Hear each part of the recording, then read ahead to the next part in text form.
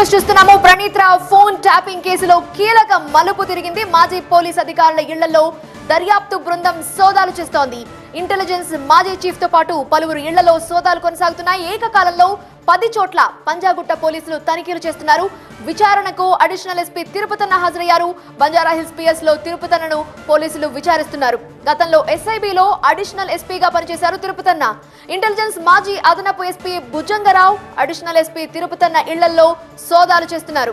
Hyderabad city మాజీ task force DCP Radhakishan రావు ఇంట్లో కూడా సోదాలు కొనసాగుతున్నాయి. అమెరికాలో రిటైర్డ్ ఐజీ ప్రభాకర్ రావు, రాధాకిషన్ రావు ట్యాపింగ్ కేసు నమోదైన మరుసటి రోజే చెన్నై ఎయిర్పోర్ట్ నుంచి అమెరికా వెళ్లారు ప్రభాకర్ రావు.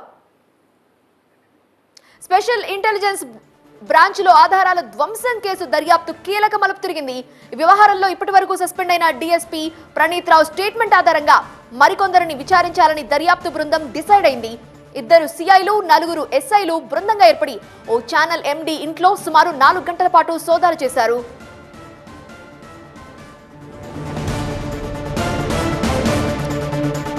రైట్, ఈ రోజుతో ప్రణీత్ రావు కస్టడీ ముగుస్తోంది. ఇవాళ కోర్టులో హాజరుపరచబోతున్నారు పోలీసులు. ఇప్పటికే 7 రోజుల కస్టడీకి అనుమతించింది కోర్టు. పలువురి ఆదేశాలతోనే రికార్డ్స్ ధ్వంసం చేసినట్లుగా స్టేట్మెంట్ ఇచ్చాడు ప్రణీత్ రావు.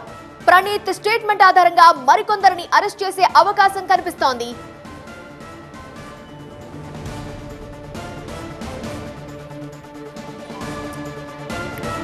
సో పూర్తి వివరాల అంశానికి మా ప్రతినిధి ప్రణీత సిద్ధంగా ఉన్నారు. ఈ రోజుతో కస్టడీ ముగుస్తున్న నేపథ్యంలో అధికారులు మరోసారి కస్టడీ పొడిగించాలని కోరబోతున్నారా? నెక్స్ట్ ప్రొసీడింగ్స్ ఎలా ఉండబోతున్నాయి?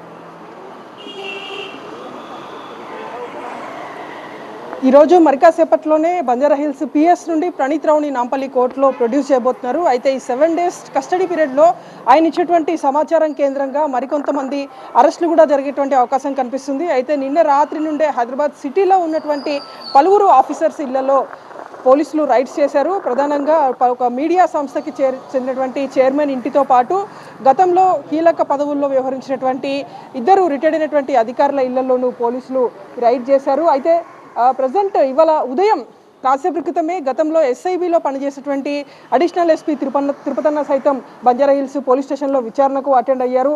సో ప్రజెంట్ మరి కాసేపట్లోనే west zone DCP Vijay Kumar సైతం ఇక్కడ పంజాగుట్ట పిఎస్కి రానున్నారు. గత 6 డేస్ నుండి కూడా ప్రణీత్ ఇచ్చేటువంటి ఇన్ఫర్మేషన్కి సంబంధించినటువంటి ఆధారాలను సేకరించేటువంటి పనిలో టెక్నికల్ టీం కూడా ఉంది. అయితే కేవలం ఇతడి కన్ఫెషన్ స్టేట్మెంట్ ఆధారంగానే కాకుండా దానికి తగ్గటువంటి కాంక్రీట్ ఎవిడెన్స్ సైతం పోలీసులు సేకరించేటువంటి పనిలో ఉన్నారు. ఇందులో భాగంగానే ప్రణీత్ ధ్వంసం చేసినటువంటి హార్డ్ డిస్క్ శాంపుల్స్ ఏవైతే ఉన్నాయో వాటిని కొన్ని వికారాబాద్ అడవుల్లోనూ మరికొన్ని నాగోల్కి సంబంధించిన ఒక బ్రిడ్జ్ కింద పెట్టినట్టు ఆల్రెడీ ఇన్ఫర్మేషన్ వచ్చింది. కాబట్టి అటువైపు కూడా టీమ్స్ వెళ్ళి వాటి కోసం వెతుకుతున్నటువంటి పరిస్థితి కూడా చూస్తున్నాము. అయితే ఈ రోజు చివరి రోజు కస్టడీ కాబట్టి ప్రణీత్ నుండి ఏం రాబట్టాలన్నా సరే కొన్ని గంటలు మాత్రమే మిగిలి ఉన్నాయి. మొత్తం ఇన్ఫర్మేషన్ అంతా కూడా ఇప్పటికీ సేకరించినటువంటి దాన్ని కంప్లీట్ కన్ఫెషన్ స్టేట్మెంట్ని ఈరోజు నాంపల్లి కోర్టులో పోలీసులు ప్రొడ్యూస్ చేయబోతున్నారు. సో ఆ కన్ఫెషన్ స్టేట్మెంట్లో ఏముంది అనేటువంటిది ఇప్పుడు కీలకంగా మారింది. ప్రణీత్ రావు ఎవరెవరి పేర్లు అందులో ధృవీకరించాడు, ఎవరి ఆదేశాల మేరకు మొత్తం కాల్ రికార్డింగ్స్ని చేశాడు, ఆ తర్వాత అక్కడ ధ్వంసం చేసినటువంటి ఎవిడెన్స్ అంతా కూడా ఎవరి ఆదేశాలను పాటించాడు అనేటువంటిదే ఇప్పుడు కీలకంగా మారింది.